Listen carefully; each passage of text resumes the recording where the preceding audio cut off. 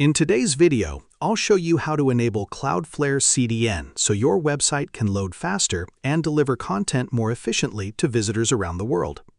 If you're new to CDN, it works by storing copies of your website files on Cloudflare's global network. When someone visits your site, content can be delivered from a server closer to their location, improving loading speed.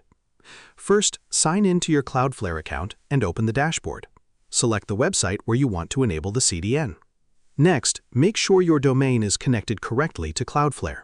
Your name servers should already point to Cloudflare before using its CDN features. Now open the DNS section and check your website records.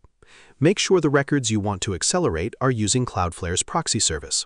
For web traffic, enable the orange cloud icon next to your domain record.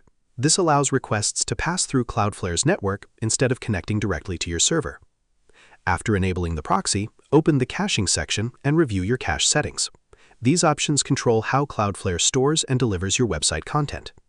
You can also check the speed or optimization settings to enable additional performance features if they are available for your account.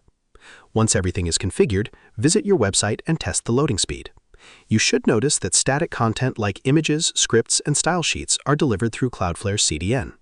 If your website doesn't work correctly after enabling the CDN, check your DNS records, SSL settings, and proxy configuration. With the CDN enabled, your website can handle traffic more efficiently while providing a faster experience for visitors. And that's how you enable Cloudflare CDN. Share this video and subscribe for more helpful tutorials.